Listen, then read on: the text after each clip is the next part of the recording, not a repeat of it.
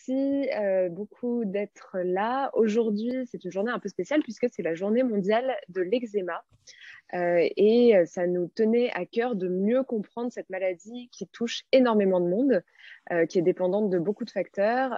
Moi-même, j'en ai beaucoup eu en étant petite, notamment sur les coudes, les genoux, les poignets. Donc, soit à cause de l'eau trop calcaire, soit à cause du stress.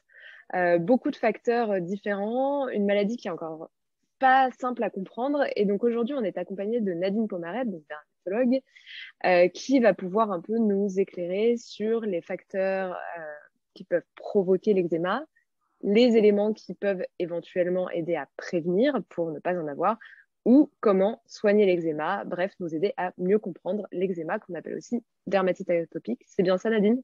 Merci tout d'abord de m'avoir invitée. Alors effectivement, il y a plusieurs types d'eczéma. Tu as parlé de la dermatite atopique, c'est vrai, qui atteint plus particulièrement le nourrisson dans les premiers mois de la vie. Et le plus courant aussi, c'est l'eczéma de contact, c'est-à-dire le contact avec des molécules particulières qui font que individuellement, on peut être allergique à ces molécules et développer de l'eczéma. Mais peut-être que tout d'abord, on va peut-être revenir sur à quoi ça ressemble l'eczéma. L'eczéma, eh bien, ce sont des plaques qui sont disposées à différents éléments de notre corps, qui sont des plaques rouges, qui sont mal délimitées, sur lesquelles peuvent survenir des petites vésicules, mais surtout qui grattent énormément et qui peuvent, du coup, de fait de ce grattage, suinter, voire même se surinfecter, et en tous les cas, qui se termine par une desquamation de la peau avec une peau qui reste parfois rosée pendant quelques semaines. Donc l'eczéma, c'est assez facile à diagnostiquer. Maintenant, qu'est-ce qui provoque l'eczéma? Alors, différents facteurs, hein, comme tu l'as dit, c'est-à-dire effectivement, plus la peau va être une barrière efficace contre l'environnement, plus ça va être une bonne protection contre l'eczéma, mais il n'y a pas que ce facteur environnemental. Il y a dans l'eczéma tout d'abord un facteur de perméabilité de la peau qui fait qu'il y a une pénétration de molécules auxquelles on peut être allergique, mais aussi il y a un phénomène immunitaire, c'est-à-dire qu'il y a des molécules qui sont synthétisées lorsqu'on est en contact avec certaines molécules auxquelles on est allergique. Bien entendu, cette sensibilité, elle est individuelle et dépend de chacun. Et puis, ça, dans ce cas, c'est une réaction qui est allergique. Disons que l'eczéma, c'est une réaction allergique, effectivement. Sur l'eczéma, et c'est important parce que sur l'eczéma de contact, et surtout si cet eczéma de contact se répète, c'est important de savoir à quoi on est allergique. Et ça, c'est parfois très difficile de l'identifier. C'est pourquoi les allergologues permettent de faire tout d'abord un interrogatoire et de voir à quoi on pourrait avoir été en contact et la relation entre le contact et les plaques qui apparaissent. Mais parfois, c'est difficile parce que ça se répète et on ne sait vraiment pas ce qu'on a pu faire. Par exemple, sur un eczéma des paupières, les gens vous disent tous « moi, j'ai rien fait » et pourtant, il y a un eczéma. Donc, en fait, il est intéressant de faire à ce moment-là des patch tests, c'est-à-dire qu'on colle dans le dos différentes molécules qui sont des molécules qu'on rencontre le plus souvent dans des batteries de tests classiques, des molécules qui sont dans la vie courante. Et ça permet ensuite, après, lorsqu'on a fait poser ces patchs tests 48 heures dans le dos, lorsqu'on enlève ces patchs, on va voir s'il y a une réaction du même type que l'eczéma et de voir dans quel produit on utilise, elle peut être retrouvée. Ça permet d'identifier la molécule à laquelle on est allergique et du coup de pouvoir lire aussi les étiquettes de cosmétiques ou autres de façon à éviter cette molécule par la suite. Donc, c'est vraiment une enquête policière, hein, quand même. Oui. Et puis après, tu l'as évoqué, il y a aussi ce qu'on appelle la dermatite atopique. Ça, c'est vraiment une forme d'eczéma très particulière, puisqu'elle survient chez le nourrisson dans les premiers mois de la vie. Souvent, ça évolue par poussée et souvent, ça guérit vers l'âge de 2 ans, avec une disposition sur le visage dans les premiers mois, mais aussi les plis des coudes et des genoux. C'est très particulier parce que là, il y a à la fois un terrain allergique, mais il y a également une sensibilité de la peau parce que la peau, elle est très perméable et elle n'a pas cette capacité de la peau de la dermatite atopique à être vraiment cette barrière qui protège de façon imperméable parce qu'il manque une molécule particulière dans cette peau. Et il y a également des facteurs environnementaux. On sait que cette dermatite atopique, elle augmente de façon très importante et probablement liée aussi à nos modes de vie, puisqu'on sait que dans les pays industrialisés, où il y a beaucoup un environnement finalement assez aseptisé, finalement peut-être que le corps ne se protège pas, ne développe pas suffisamment d'immunité contre l'environnement, et ça peut être une des causes de cet eczéma atopique. Et ça peut s'accompagner aussi d'autres problèmes, d'allergies alimentaires, comme quoi le microbiote de la peau, donc toutes les bactéries qui sont, et les micro-organismes qui sont sur la peau, et le microbiote intestinal sont des facteurs qui sont liés. Et ça peut s'accompagner également d'asthme, donc d'allergies respiratoires. Donc c'est vraiment très très particulier la dermatite atopique, c'est vraiment complètement différent de l'eczéma de contact. D'accord, donc c'est vraiment entre l'allergie, mais aussi les facteurs environnementaux. La dermatite atopique, c'est un peu entre les deux. Il y a les deux. Il y a des facteurs immunitaires, il y a des facteurs liés à la constitution de la peau. Et en tous les cas, l'eczéma le plus classique, c'est l'eczéma de contact. Et là, il faut toujours chercher le coupable.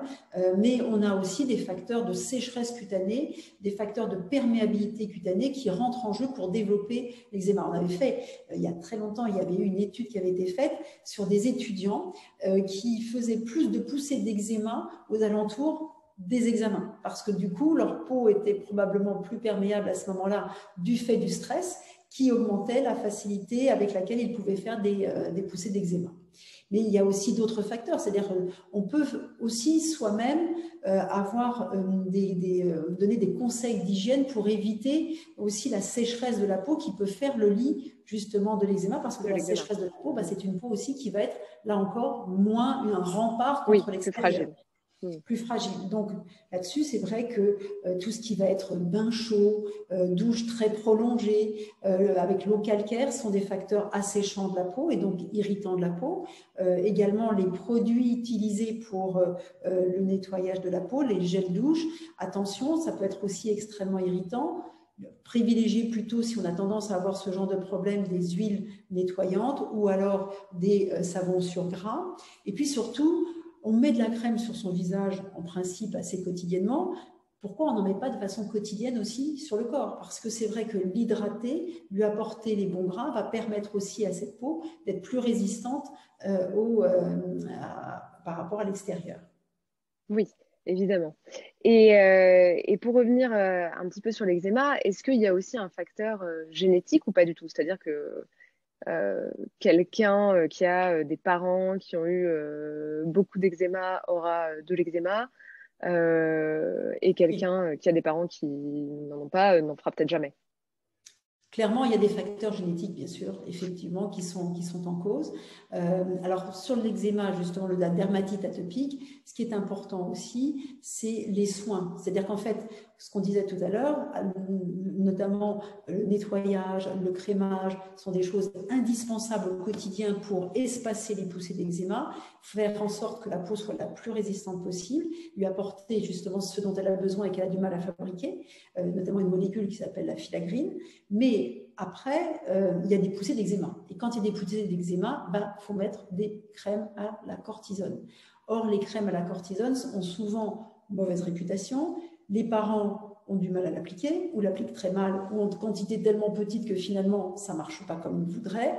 Et il y a également le fait même que les pharmaciens ont du mal aussi et mettent les parents en disant attention, ne mettez pas trop de cortisone. La cortisone est véritablement, lorsqu'elle est bien utilisée localement, elle est vraiment indispensable à ces enfants de façon à traiter leur poussée et à les soulager surtout. Oui. Ouais, pour avoir vécu ça, c'est vrai qu'une poussée d'eczéma qui démange, c'est horrible. Oui, tout à fait. C'est vraiment horrible, on peut pas s'empêcher de se gratter.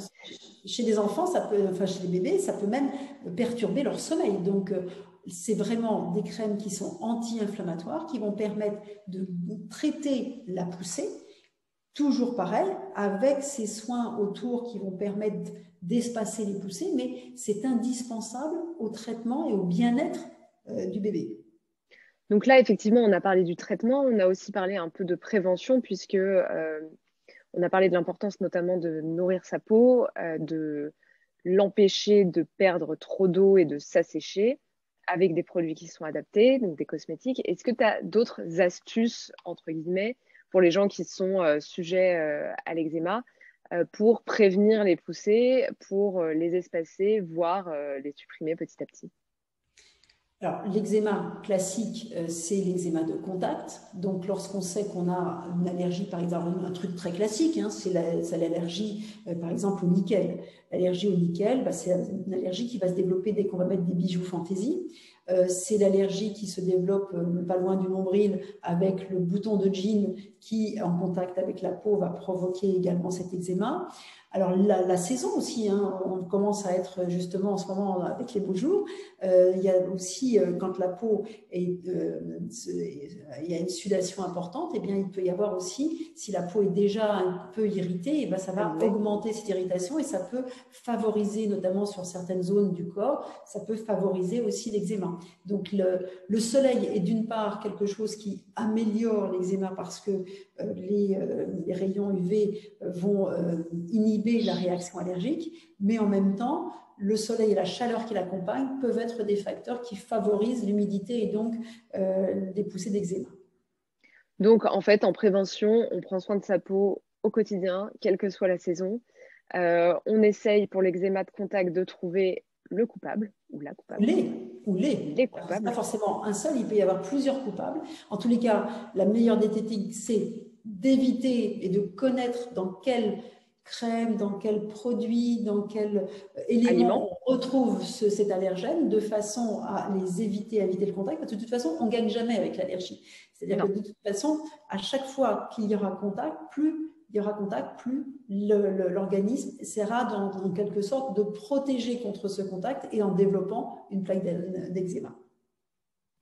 Eh ben, écoute, merci beaucoup pour toutes ces explications. On espère que ça aura aidé les personnes sujettes à l'eczéma à mieux comprendre leur eczéma et qu'elles auront maintenant les armes pour un peu se prémunir contre cette condition qui peut être vraiment extrêmement pénible au quotidien.